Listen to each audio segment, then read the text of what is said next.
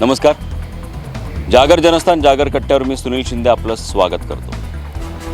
मित्रांनो, जागर कट्ट्यावर आपण विविध मान्यवरांना आमंत्रित करत असतो, त्यांचा प्रवास जाणून घेत असतो. मात्र आज आपल्या जागर कट्ट्याचं स्वरूप आज आपण थोडंसं बदललेलं आहे. आज आपण इथे विविध मान्यवरांना आमंत्रित केलेलं आहे आणि त्यांचे वेगवेगळे विचार आपण जाणून घेणार आहोत. आज महाराष्ट्राचे विद्युत महामंडळ यांच्या विविध कामगार संघटनांना आज आपण इथे जागर कट्ट्यावर आमंत्रित केलेलं आहे. नेमकं त्यांच्या अडचणी काय, आज गेल्या काही दिवसांपासून आपण पाहतो आहे वेगवेगळे आरोप या संघटनांवर होतात आणि ते आरोपच जास्त मोठ्या स्तरावर लोकांपर्यंत पोहोचवले जातात. मात्र त्यांची भूमिका ही लोकांपर्यंत पोहोचली पाहिजे. नेमकं त्यांचं काय म्हणणं आहे, त्यांना कुठल्या अडचणींना सामोरं जावं लागतं. आणि म्हणूनच आज आपण इथल्या विविध कामगार संघटनांना, ज्या महाराष्ट्र विद्युत कंपनीची कनेक्टेड आहे, त्यांच्याशी संलग्न आहे, त्यांच्याबरोबर काम करता आहे, अविरत वीज पुरवण्याचं काम करता आहात, त्यांचे जे प्रश्न आहे आज आपण जाणून घेणार आहोत, त्यांच्या अडचणी जाणून घेणार आहोत आणि विविध मुद्द्यांवर आज आपण त्यांच्याशी चर्चा करणार आहोत. सर्वप्रथम सर नमस्कार. नमस्कार, धन्यवाद. सर, आज मला सांगा, आज कोरोनाचा जो एक काळ, इतका भयानक काळ गेला आहे आणि लोकांना त्याचा खूप त्रास होतो आहे आणि लोकांपर्यंत खूप प्रश्न आहे. विजेचे प्रश्न असतील, अनेक मूलभूत त्यांच्या गरजा असतील. नेमकं या काळामध्ये सुद्धा आपल्याला ग्राउंडवरती थांबून लोकांपर्यंत ती सेवा पुरवण्याचं काम आपण केलं होतं, वीज पुरवण्याचं काम आपण केलं होतं. मात्र वेगवेगळ्या माध्यमातून आता जो माणूस काम करतो त्याच्यावरती आरोप प्रत्यारोप तर होत असतात. मात्र तरीही कोरोनाचा काळ आपण कुठल्या पद्धतीने लोकांपर्यंत सेवेसाठी घालवला, काय सांगाल त्याबद्दल? आता सगळ्यात महत्त्वाचं सांगायचं म्हणजे मार्च पर्यंत सगळी परिस्थिती अतिशय उत्तम होती आणि मार्चनंतर कालावधी बिघडल्यानंतर कोरोनाची महामारी आली. त्या महामारीपर्यंत आमच्या महाराष्ट्र राज्य विद्युत वितरण कंपनीची जी घडी होती, आर्थिक घडी अतिशय सुंदर होती. त्याच्यानंतर काय झालं, आर्थिक चाके मंदावली. या कोरोनाच्या महामारीमुळे आमच्या लोकांनी रक्ताचं पाणी केलं. प्रत्येकाने डोर टू डोर, म्हणजे MSCB म्हटलं म्हणजे प्रत्येकाला डोर टू डोर जावं लागलं, प्रत्येकाला दारोदार जावं लागलं. प्रचंड बंदोबस्त असल्यामुळे आम्हाला त्या बंदोबस्तामुळे काही कर्मचाऱ्यांना त्रासही झाला. नंतर आम्हाला पासेस मिळाले, गाड्या मिळाल्या. त्या मिळाल्यानंतर बघा, संपूर्ण याच्यामध्ये महाराष्ट्र राज्य विद्युत वितरण कंपनीमध्ये संपूर्ण विद्युत सप्लाय हा 100% चालू होता. कुठेही फसगत झाली नाही, कुठे बी आपण सप्लाय खूप वेळ गेला असं काही झालं नाही. त्याच्यामध्ये आमचे काही लोक शहीद झाले. त्याची कंपनीने किंवा आमच्या कर्मचाऱ्यांनी कुठली पर्वा न करता थंडी, ऊन, वारा, पाऊस याच्यामध्ये काम केलं. आता मी थोडक्यात सांगू इच्छितो, ज्या वेळेला नुकतंच सरकार आलं, महाआघाडीचं सरकार आलं आणि ही चाके मंदावली, आर्थिक जी चाके होती ती मंदावली. त्याच्यानंतर आमच्यावर आता असा बडगा आला का आर्थिक हे झाल्यानंतर तुमचा पगार कसा होणार, तुमचा बोनस कसा होणार. म्हणजे आमची संघटना ज्या गोष्टीसाठी स्थापन झालेली आहे ते राहिले बाजूला. म्हणजे संघटना कशासाठी स्थापन झालेली असते? कर्मचाऱ्यांचे, अधिकाऱ्यांचे, जनतेच्या हितासाठी. म्हणजे जनतेला 24 तास विद्युत सप्लाय मिळाला पाहिजे. पहिला मुद्दा, जनतेला हा 24 तास सप्लाय मिळाला पाहिजे. त्याच्यानंतर त्याचबरोबर आमच्या कर्मचाऱ्यांना सुद्धा कामाचं स्वरूप आज काय झालं आहे, कर्मचाऱ्यांना आम्हाला 8-8 तास काम नाही, कुणाला 24 तास कामावर जावं लागतं. आता हे आमचे अधिकारी आहेत, कर्मचारी आहेत, यांना कधी फोन आल्यानंतर कामावर यावं लागतं. म्हणजे कामाचं स्वरूप ठरवलेलं नाही. नेमकं त्या कर्मचाऱ्यांनी करायचं काय? जो लाईन स्टॉपमधला जो कर्मचारी आहे, जो तांत्रिक कर्मचारी आहे, त्या तांत्रिक कर्मचाऱ्याने काय करायचं?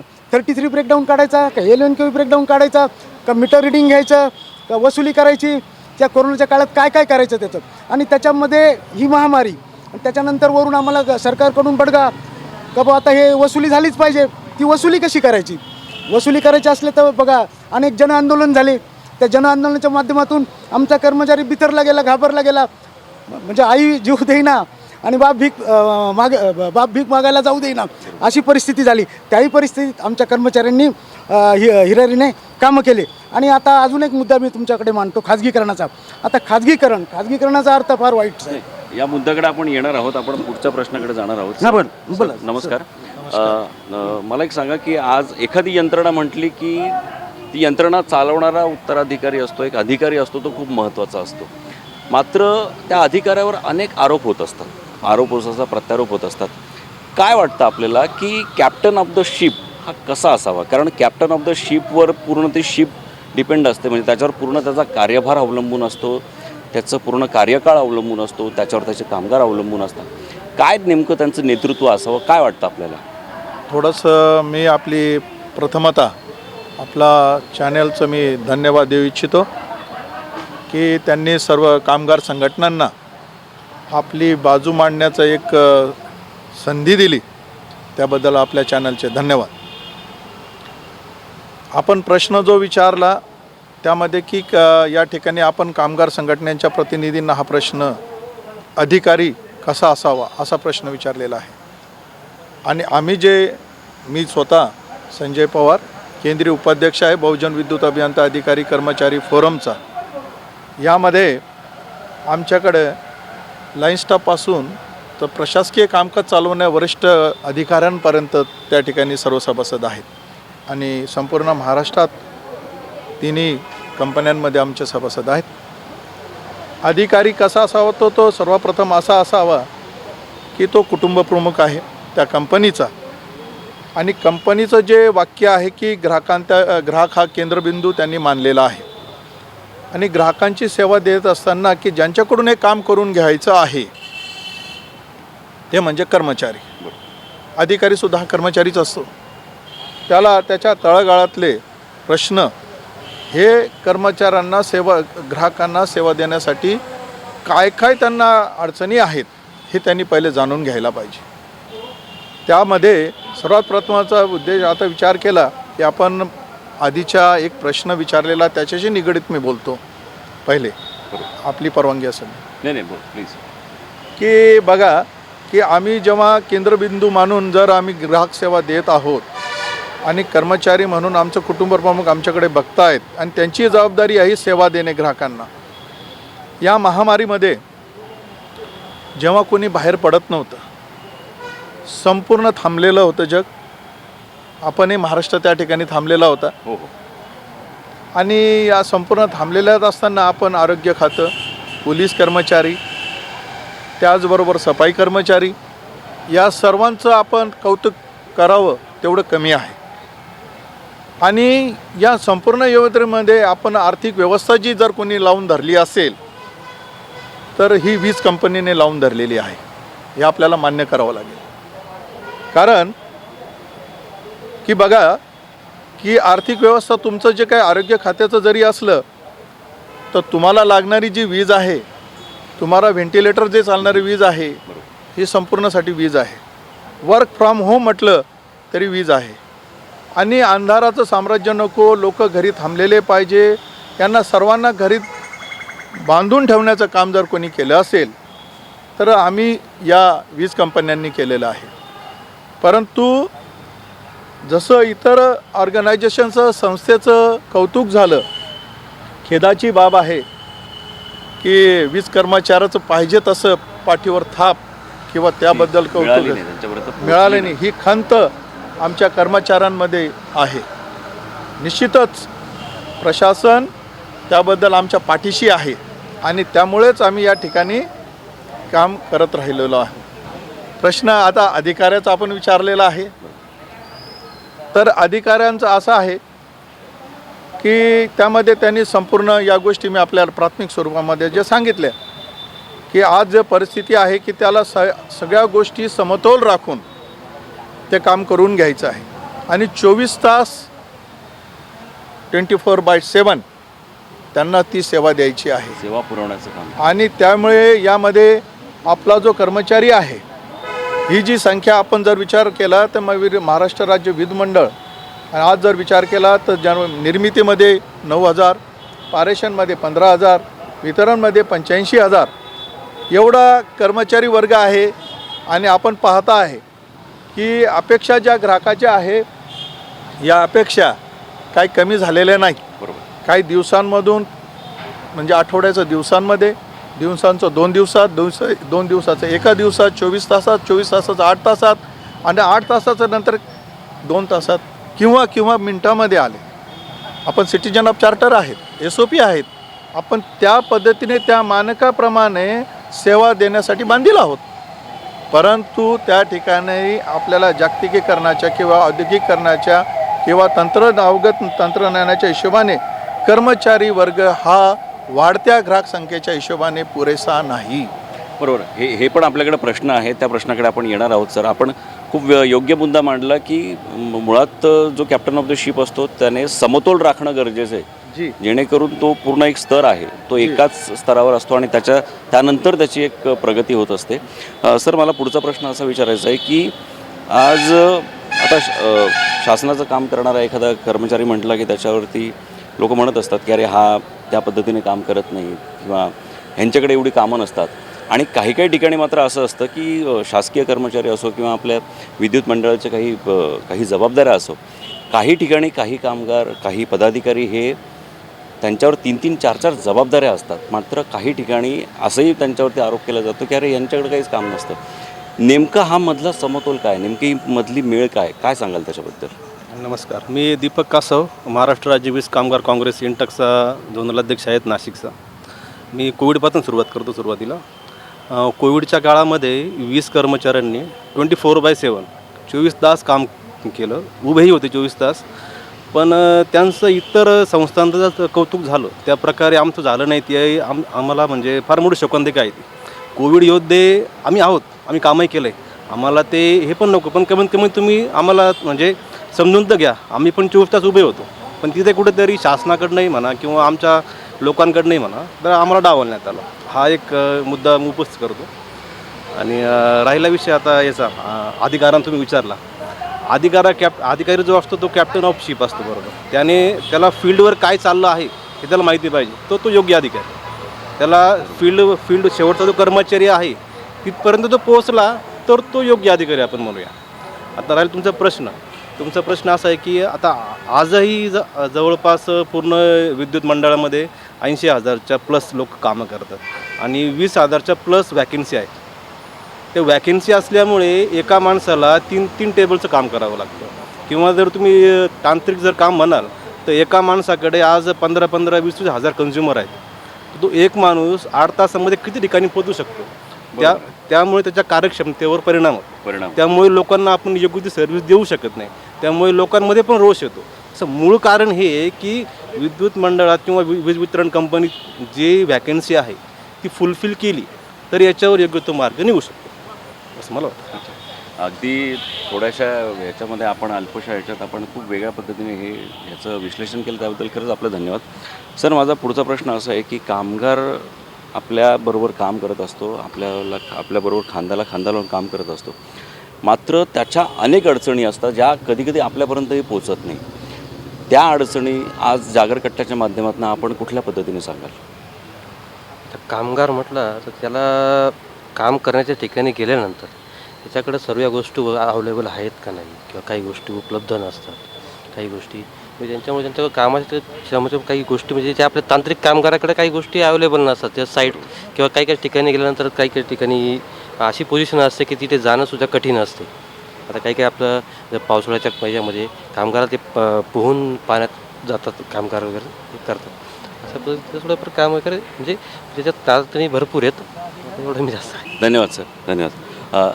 नमस्कार सर. स्वतःहून काही सांगायची इच्छा आहे मला. हो. तुमचे प्रश्न असतील, फार आनंद आहे. येस. पण ह्या माध्यमातून मी बोलू इच्छितो.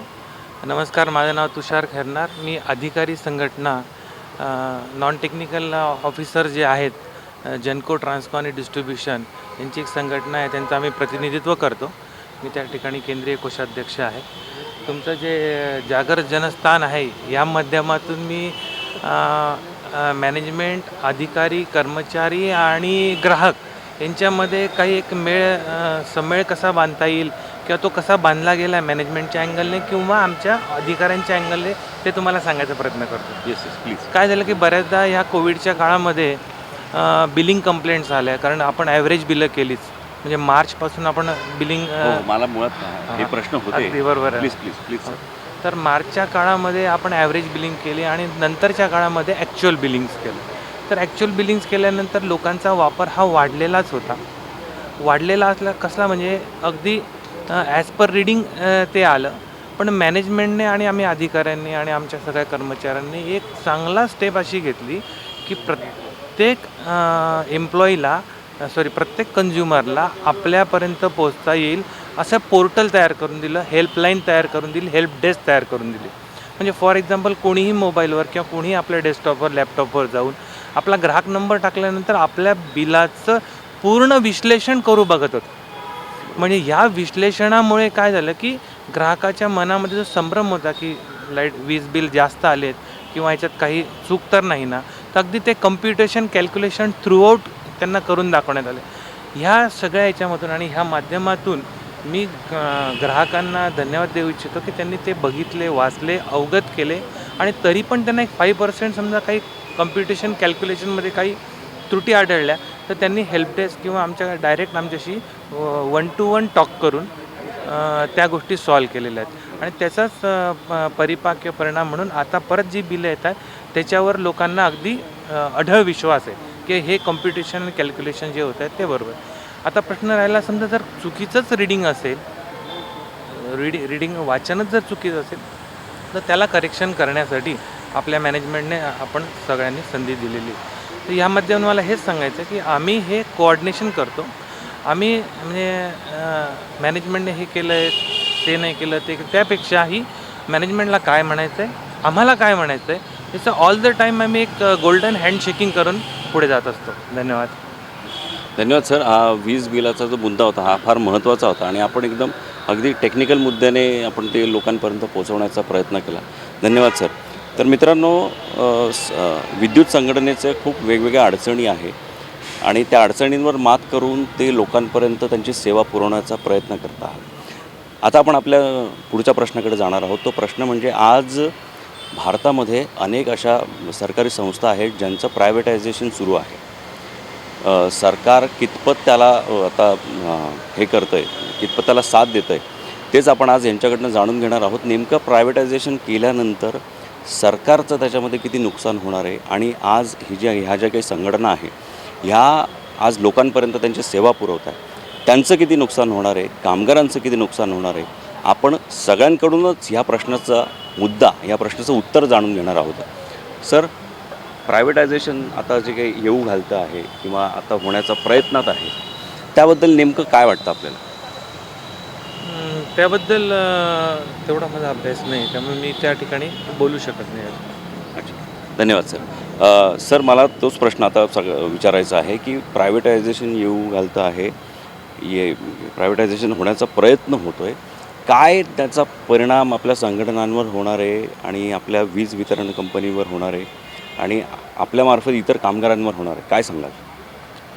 आता प्रायव्हेटीकरणमध्ये प्रॉब्लेम असा होणार आहे की आता जी सेवा आपण समजा वितरण कंपनी जी पुरवते, प्रायव्हेटीकरणने काही गोष्टी दबावात येतील, काही गोष्टीचे म्हणजे कामामध्ये बदल पण होऊ शकतो वगैरे. त्यात सर, हाच मुद्दा मला पुन्हा आपल्याला विचारायचा आहे की आज प्रायव्हेटायझेशनचं जे काही वारं येऊ घालतं आहे आणि त्याचा जो परिणाम सगळ्या यंत्रणेवर होणार आहे, तो सरकारी यंत्रणा असो, त्यानंतर प्रायव्हेटायझेशन असो, त्यांचे कामगार असतील, आपले गेल्या अनेक वर्षांपासून आपल्या खांद्याला खांदा लावून काम करणारे लोक असतील, काय नेमकं नुकसान होणार आहे, काय वाटतं आपल्याला? जो 2020 कायदा येतो खाजगीकरणाचा, ॲक्च्युली महावितरण किंवा ऊर्जा विभाग जो आहे ते काही शासनाचं ॲसेट आहे. ते ॲसेटच तुम्ही विकणार तर कसं काय चालणार? तुम्ही शासनाचं विकता, म्हणजे कंपनी विकली म्हणजे कमीत कमी 80,000+ आपल्याकडे कर्मचारी आहेत, त्यांचं भविष्य काय होतं? खाजगीकरण केल्यानंतर त्यांची एक्झॅक्ट कंडिशन काय? ते गव्हर्नमेंट एम्प्लॉई आहे ती खाजगीकरणामध्ये जाणार, ते तर काय होणार? त्याच्यानंतर सर्व्हिसचा फार मोठा विषय. खाजगीकरणाचा जो पूर्व अनुभव जर आपण बघितला, औरंगाबाद, जळगाव, ही लोक 2-2 वर्ष काम करून तिथून निघून गेले. आता जळगावमध्ये माझ्या काही स्टॅटिस्टिक्स तुम्हाला सांगतो मी. जळगावमध्ये जवळपास 100 कोटी तो त्याच्याकडे आउटस्टँडिंग असताना तो माणूस पळून गेला खाजगीकरणाचा, जो कॉन्ट्रॅक्टर होता तिथे. जळगाव झालं, त्याच्यानंतर औरंगाबाद झालं. तर एवढा आपल्याकडे एक्सपिरियन्स असताना आपण परत तेच करणार आहोत का? यामध्ये सफर कोण होणार आहे? यामध्ये सफर होणार कन्झ्युमर, त्यानंतर कर्मचारी. जर कन्झ्युमर सफर कसा होणार? जर प्रायव्हेटायझेशन आलं तर त्याचे रेट्स वाढणार म्हणजे तुमचे बिल वाढणार म्हणजे तुमच्या खिशाला जवळ बसणार. तर तो एक फार मोठा विषय. त्यामुळे खाजगीकरणाचा आणि कर्मचारी म्हणून जर मला तुम्ही विचारा तर खाजगीकरण झालं म्हणजे कर्मचारी संपला, कर्मचारी संपला म्हणजे संघटना संपल्या. तर संघटना म्हणून या खाजगीकरणाला आमचा पूर्णपणे विरोध आहे, इंटक संघटना म्हणून. आणि जोपर्यंत महाराष्ट्रामध्ये काँग्रेस प्रणित महाआघाडी आहे, महाविकास आघाडी, तोपर्यंत खाजगीकरण होणार नाही. कारण माझी संघटनाच काँग्रेस प्रणित आहे. त्यामुळे तेवढं मी तुम्हाला सांगू शकतो की जोपर्यंत महाविकास आघाडी सरकार आहे तोपर्यंत महाराष्ट्रामध्ये खाजगीकरण होणार नाही, असं इंटक म्हणून मी तुम्हाला सांगू शकतो. धन्यवाद सर. आपला मुद्दा तसा खंबीर आहे, त्यासाठी आपल्याला शुभेच्छा. मला हाच प्रश्न, हाच मुद्दा आपल्याला विचारायचा आहे की खाजगीकरणाचं जे काही वारं आहे त्याला आपण कुठल्या पद्धतीने बघता, काय वाटतं आपल्याला? एक सामाजिक आपण संदेश कुठला देऊ पाहता, किंवा एक नागरिक म्हणून आणि MSEBचा पदाधिकारी म्हणून काय वाटतं आपल्याला? आपण तिन्ही गोष्टींमध्ये माझ्याकडे एक प्रश्न विचारला, सामाजिक, पदाधिकारी आणि नागरिक. तर सर्वात महत्त्वाचा मुद्दा असा आहे की खाजगीकरण करण्याची गरज काय आहे, हा एक मुद्दा आहे. येणारा जो दुसरा की खाजगीकरण म्हणजे तुम्ही जो 2020चा जो कायदा आणणार आहे त्याच्यानुसार कामगार संघटना, कामगार आणि ग्राहक यांच्यावर काय परिणाम होतील. तर बघितलं असेल की महाराष्ट्र राज्य वीज मंडळ हे सेवाभावी संस्था किंवा ऑर्गनायझेशन या पद्धतीने याची स्थापना झाली. पुढं जाऊन 2005ला तुम्ही याच खाजगीकरण नको आणि सुटसुटीत कारभार व्हावा या उद्देशाने 2005मध्ये स्वतंत्र कारभार असा नफा तोट्यासहित हा प्रयोग 2005मध्ये झाला. महानिर्मिती, महापारेषण आणि महावितरण. आता याच्या पुढं जाऊन घटक आपण विचार केला की याच्यावर नियंत्रण करणारा कायदा जो आहे MERC पण याच्यावर आहेत. ग्राहकांचं हित जोपासणारं जे आहे MERC आहे. आणि आपला देश हा 1,30,00,00,000 जनतेचा आहे. आणि या देशामध्ये प्रगतशील जर आपला देश आहे, या देशामध्ये सर्वात मोठी समस्या असेल ती बेरोजगारी. बरोबर. आणि आत्ताचं जे सरकार आहे हे भांडवलशाहीच्या दिशेने निर्णय घेत आहे. बरोबर. आणि भांडवलशाहीच्या दिशेने निर्णय घेत असताना त्याला जर कारण दिलं जात असतं की तोटा. मग जर तोटा असेल तर येणारा जो काही फ्रँचायझी असेल तर तो कोणत्या स्वरूपामध्ये तोट्यातली संस्था ही आपल्याकडे चालवायला घेईल याच्यामध्ये गोडबंगाल आहे. आणि सर्वात मुद्दा महत्त्वाचा की आम्ही बहुजनांचं हिताचं, ग्राहकांचं रक्षण करणारी आमची संघटना आहे.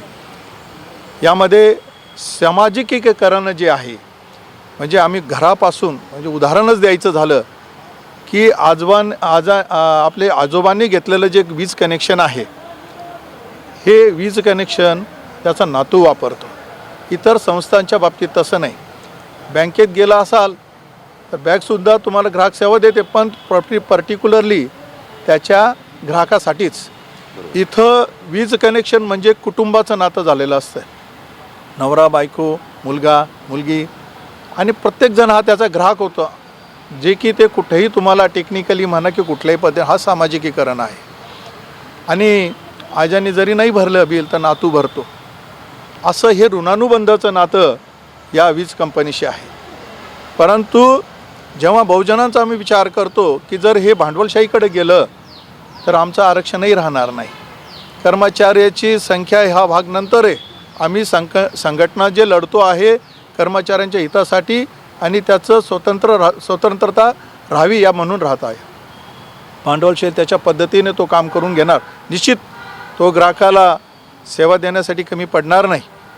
आपण त्या ठिकाणी पेईंग कल्चर त्या ठिकाणी आणू इच्छिता. पण कधी विचार केला की आमच्या आदिवासी पाड्यांमध्ये, तळागाळांमध्ये जर कोणी गेला असेल, दुर्गम भागामध्ये, कोकणामध्ये कोण गेला असेल तर तो फक्त वीज कर्मचारी हा या ठिकाणी गेलेला आहे.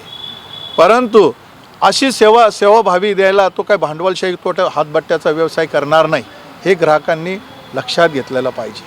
आज तुम्ही पेईंग कल्चर आणणार आहात, परंतु या सगळ्या सबसिडी जी आहे या शेतकऱ्यांच्या बाबतीत किंवा पॉवरलूमच्या बाबतीत किंवा आदिवासींच्या बाबतीत, आदिवासी ग्राहकांच्या योजना आहे त्याच्या बाबतीत आजही या आदिवासी पाड्यांमध्ये आज वीज पोचलेली नाही. कारण तर आमच्याकडे भांडवल नाही आहे. ती भांडवल निर्माण करण्याची सकारात्मक दृष्टिकोनातून आपण जर विचार केला तर हे खाजगीकरण आपण थांबवू शकतो. परंतु हे असं काही दिसत नाही. यामध्ये MERCचे जे नियंत्रण आहे या वीज कायद्यामुळे हे नियंत्रित येणार आहे. ही सर्व जे काही आहे इन्फ्रास्ट्रक्चर आम्ही उभं केलेलं आहे, रक्ताचं पाणी केलेलं आहे, डोंगरदऱ्यामध्ये पोल वाहून नेलेले आहे. आज जरी आपण मोबाईल वापरतो आहे, सगळ्या व्हॉट्सअपच्या यंत्रणा त्या ठिकाणी आलेल्या आहे. ग्राहकांच्या हिताच्या दिशेने आपण ऑनलाईन बिलं भरतो आहे, कंप्लेंट लॉन्च करतो आहे, सगळं काही आहे. परंतु हा रेडी रेकनर इन्फ्रास्ट्रक्चर ही संपत्ती आपण या भांडवलशाहीला देऊ इच्छिता तर कदापि ही बहुजन विद्युत अभियंता अधिकारी कर्मचारी फोरम ही समाजाचं हित करणारी, नागरिकांचं हित करणारी, ग्राहकांचं हित करणारी संघटना आहे आणि निश्चित हे होऊ देणार नाही.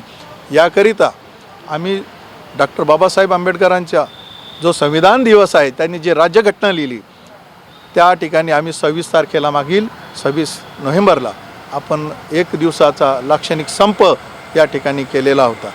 तर निश्चित जेव्हा हा असा विचार केला जाईल तर त्यासाठी बहुजन विद्युत अभियंता अधिकारी कर्मचारीचा या ठिकाणी विरोध त्या ठिकाणी निश्चितच राहील.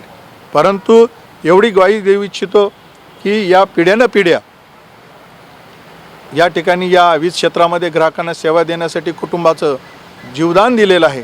काही आमचे कुटुंब शहीद झालेले आहेत, आमचे कर्मचारी शहीद झालेले आहेत आणि त्याचा आघात या कुटुंबावर झालेला आहे. तर एवढं सामाजिक बांधिलकी आम्ही या ठिकाणी आणि पे बॅक टू सोसायटी म्हणजे समाजाला काहीतरी देणं आहे, त्या देण्याच्या उद्देशाने बहुजन फोरम बांधील आहे. धन्यवाद सर.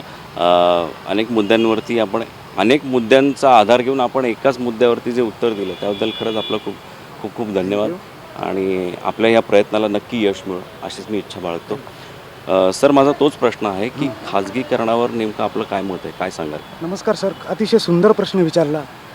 हे खाजगीकरण आलं त्यावेळेलाच महाराष्ट्र राज्य विद्युत वितरण कंपनीमध्ये आणीबाणी आली असं म्हटलं तरी चालेल. आता खाजगीकरण थोडक्यात व्याख्या करतो. खाजगीकरण होणार म्हणजे काय, त्याच्यामध्ये सर्वांचंच नुकसान. आधीच्या वक्त्यांनी खूप सुंदर वक्तृत्व केलं, ते एक मिनटात ते संपवतो मी. सगळ्यात महत्त्वाचा मुद्दा आहे, खाजगीकरण केल्यानंतर ते कर्मचाऱ्यांच्या हिताचं नाही. दुसरा मुद्दा अधिकाऱ्यांच्या हिताचा नाही. तिसरा मुद्दा ग्राहकांच्या पण हिताचा नाही आहे. पहिला मुद्दा, आता समजा महाराष्ट्र राज्य विद्युत वितरण कंपनीने म्हणजे ही जी कंपनी आहे अशा खंडात 1 नंबरची कंपनी आहे. जर आपला मुलगा आपला पालक कोणी लागला कंपनीमध्ये तर आपल्याला त्याचा अभिमान वाटतो, नाही माझा मुलगा या कंपनीत गेला. पण या कंपनीची जी स्थिती आहे खाजगीकरणामुळे काय होईल, रोजगार जो आहे मिळतो आहे मुलांना, रोजगार मिळतो आहे त्याच्यावर परिणाम होईल.